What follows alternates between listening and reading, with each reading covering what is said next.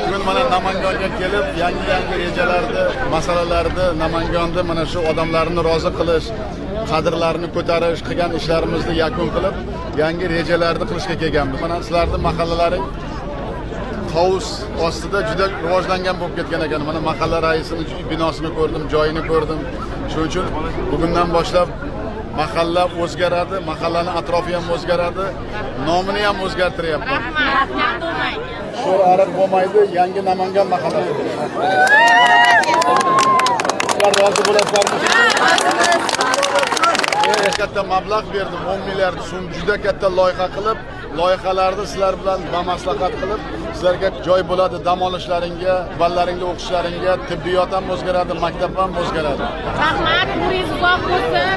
Doimo baxtimizga sog' bo'ling, siz bor, yurtimiz tinch. Hammamiz yaxshi, Allohga shukr. Sizlarni mana ko'rganimdan xursandman. Biz ham juda xursand.